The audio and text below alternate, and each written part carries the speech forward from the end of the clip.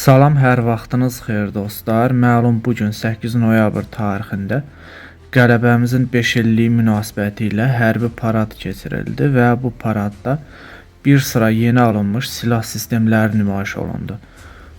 Bunlardan biri də İsrail istehsalı Sea-Berker dəniz və quru müdafiə sistemidir.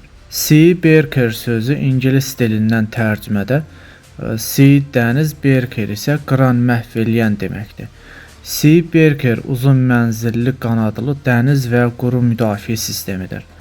Bu raket dənizdə və quruda müxtəlif təhlükələrə qarşı tam dairəvi müdafiə, dənizdə, sahildə və limanda dəniz hədəflərinə, eləcə də mülki yaşayış məntəqələrinə minimal zərər vurma riski ilə orada olan yüksək dəyərli quru hədəflərinə qarşı istifadə olunur. Raket qabaqcıl ANS naviqasiya sistemi, yüksək qarışdırılmaya davamlı GPS naviqasiya sistemi və elektro-optik görüntüləyici infraqırmızı axtarış sistemi ilə təchiz olunub.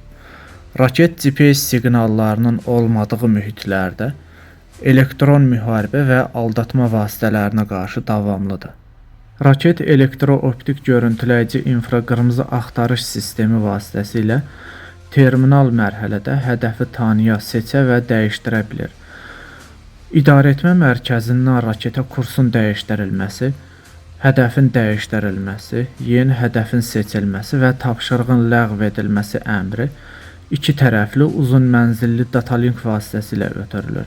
Bu raket quruda və dənizdə səthə çox yaxın məsafədən uçur, hədəfə manevr edərək yaxınlaşır. Bu da onun hava hücumundan müdafiə sistemləri tərəfindən aşkarlanmasını və vurulmasını çətinləşdirir. Sea-Berker həm su üstü dəniz vasitələrindən, həmçinin təkərli quru vasitələrindən buraxıla bilir. Bu raket ordumuzun silahlanmasına yük maşını şahsi üzərində verilib.